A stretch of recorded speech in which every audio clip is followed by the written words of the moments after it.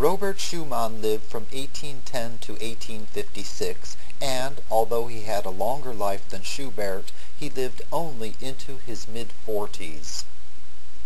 He is the only one of our composers in this unit to have been born in a German principality, and you can remember this fact by looking at the double N at the end of his last name.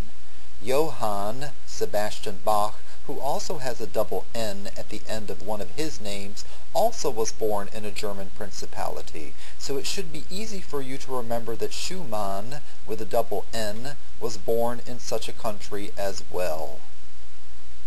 His early career was spent doing what he hoped would be his primary occupation for the rest of his life. He began as a pianist, and he was determined to be the best one possible. In fact, he invented a device that he hoped would help him to overcome the natural limitations of the movement of the fingers.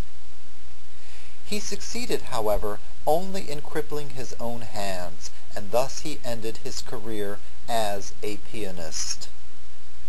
The piano, though, was to continue to be an important part of his life, for he married a famous pianist.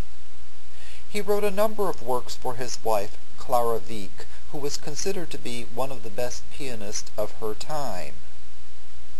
Schumann, the disabled pianist, reinvented himself as a musical professional, and he held many full-time positions as conductor and music director. This new career, unfortunately, was to be brought to an end by another disability.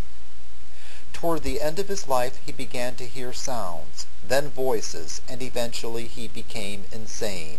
After a failed suicide attempt, he had himself committed to an insane asylum for his and his family's safety.